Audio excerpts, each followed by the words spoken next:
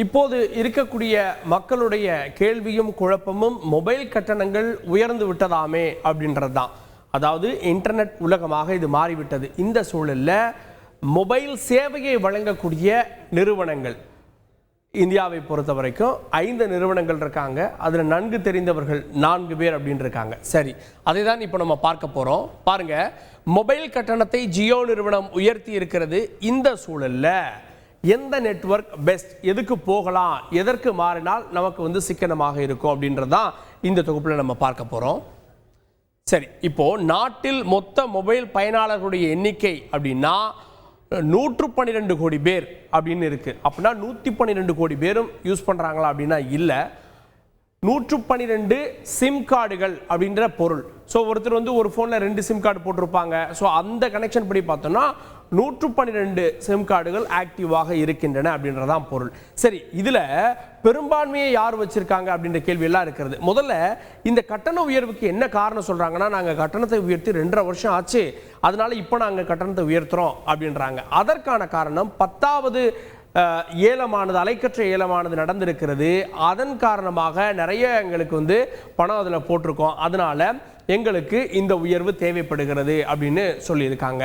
இந்த ஒரு சூழலில் ஜியோ உயர்த்தியதை தொடர்ந்து ஏர்டெல்லும் உயர்த்தி இருக்கிறாங்க, வோடோஃபோனும் உயர்த்துவாங்கன்னு எதிர்பார்க்கப்படுகிறது. சரி, முதல்ல இந்த டீட்டெயில்குள்ளே போயிடலாம். பாருங்க, இந்த 5 நிறுவனங்கள் தான் இப்போது இந்தியாவில் இருக்கக்கூடிய முன்னணி நிறுவனங்கள். இதில் என்டிஎன்எல் ஒரு குறிப்பிட்ட சர்க்கிளில் மட்டும் தான் இருக்காங்க. மற்ற 4 நிறுவனங்கள் ஜியோ, ஏர்டெல், வோடோஃபோன், பிஎஸ்என்எல் இவங்க தான் இப்போ மேஜர் பிளேயர்ஸாக இருக்கிறாங்க. ஜியோ நிறுவனத்தை பொறுத்த வரைக்கும் அவங்க என்ன சொல்கிறாங்க அப்படின்னா, அவங்க 12%லிருந்து 27% வரை இந்த கட்டணத்தை உயர்த்துறாங்க.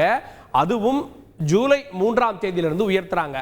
ஜியோ கையில் வைத்திருப்பது 40%. அதாவது மார்க்கெட்டினுடைய லீடர் இன்றைக்கு ஜியோ தான்.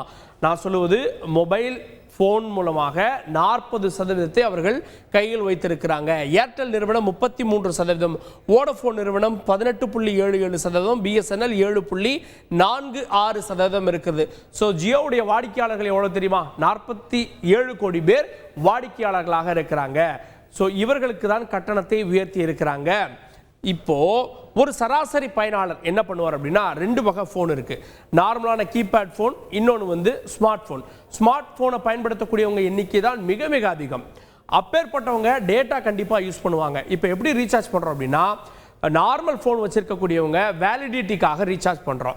ஸ்மார்ட் ஃபோன் வைத்திருக்கக்கூடியவர்கள் வித் இன்டர்நெட் ரீசார்ஜ் பண்ணுறோம். அப்படி வேலிடிட்டிக்கு மட்டும் ரீசார்ஜ் பண்ணக்கூடியவங்க, அதாவது 28 நாள் அன்லிமிட்டெட் கால்ஸ், ஆனால் அதோட 1 ஜிபியோ 2 ஜிபியோ ஒரு மாதத்துக்கு மொத்த பயனாக கிடைக்கும். அவங்களுக்கு 150 அப்படின்னு இருந்தது இப்போ 200ஆக உயர்கிறது அப்படின்றதான் பொருள். ஆனால் பெரும்பான்மை வைத்திருக்கக்கூடியவர்கள் யாருன்னா ஸ்மார்ட் ஃபோன் வச்சிருக்கக்கூடியவங்க. ஒரு நபர் ஒரு நாளைக்கு 1 ஜிபி யூஸ் பண்ணுறார் அப்படின்னா, நான் சொல்றது தினசரி 1 ஜிபி கொடுப்பாங்க, அது மிட் நைட்டோட முடிஞ்சிடும். ஸோ அப்பேற்பட்டது ப்ளஸ் அன்லிமிட்டெட் கால்ஸ். ஸோ இதெல்லாம் இருக்கக்கூடிய திட்டம் அது எவ்வளோ அப்படின்றத இப்போ நம்ம பார்க்க போகிறோம். ஜியோ நிறுவனத்தை பொறுத்த வரைக்கும் daily 1 GB data, calls unlimited, truly unlimited அப்படின்வாங்க.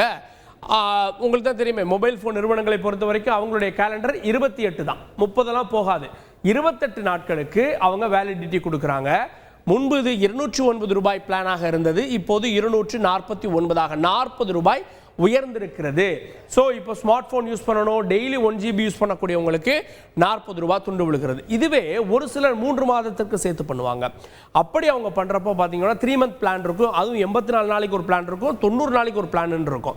ஸோ அப்படி பண்ணுறவங்களுக்கு பார்த்தீங்க அப்படின்னா 700லேருந்து இப்போ அது 800க்கு மேலாக மாறிவிட்டது. 800 ரூபாய்க்கு மேலே நீங்கள் வைக்க வேண்டிய ஒரு தேவை ஏற்பட்டு விட்டது. ஸோ ஒரு மாதத்துக்கே 40 ரூபாய் அப்படின்றப்போ 120லேருந்து 150 ரூபாய் உங்களுக்கு கூடுதலாக செலவாகும். அதில் இன்னும் காலர் டியூன் வேணுமா, அந்த ஆப் வேணுமா, இந்த ஆப்போட அக்சஸ் வேணுமா அப்படின்னா 3 மாதத்துக்கு ரீசார்ஜ் பண்ணுறவங்க 1000க்கு மேலே பண்ண வேண்டிய தேவை ஏற்பட்டிருக்கிறது.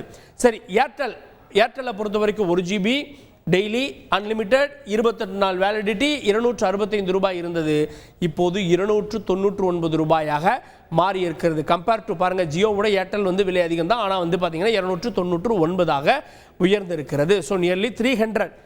வோடோஃபோன் ஐடியாவை பொறுத்த வரைக்கும் அவங்க 1 ஜிபி கொண்ட அந்த பிளான் பார்த்தீங்கன்னா அன்லிமிட்டடாக கொடுக்குறாங்க, 28 நாள் கொடுக்குறாங்க, 269 ரூபாய்க்கு கொடுத்துட்டு இருந்தாங்க. ஸோ இருக்கிறதுலே இவங்களுக்கு அதிகமான தொகையாக இருந்தது. இன்னும் இவங்க விலை உயர்வு அறிவிப்பை வெளியிடவில்லை. ஆனால் நிச்சயம் விலை உயர்வு அறிவிப்பு இருக்கும். ஏன்னா மார்க்கெட்ல 75% வச்சிருக்கக்கூடிய 2 நிறுவனங்கள் அறிவிச்சிட்டாங்க.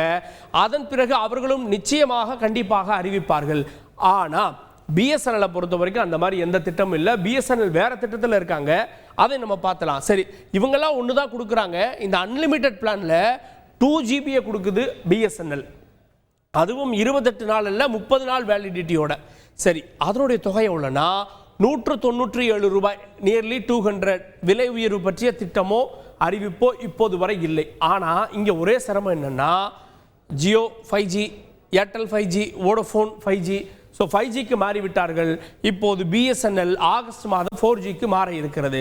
ஸோ உங்களுக்கு 4G போதும்னா உங்களுக்கு பிஎஸ்என்எல் பெஸ்ட்டாக இருக்கும். இல்லை எனக்கு 5G வேணும்னா மற்ற நிறுவனங்கள் பெஸ்ட்டாக இருக்கும். ஸோ அப்போ அதனுடைய கட்டணம் 250 300 ஒரு சராசரி பயனாளர்களுடைய நுகர்வாக பார்க்கப்படுகிறது. 50 ரூபாய் விலை உயர்ந்திருக்கிறது. இதுதான் இன்டர்நெட் உலகம் சார்ந்த செய்தியாக இருக்கிறது. செய்திகளை உடனுக்குடன் தெரிந்து கொள்ள உடனே சப்ஸ்கிரைப் பண்ணுங்க.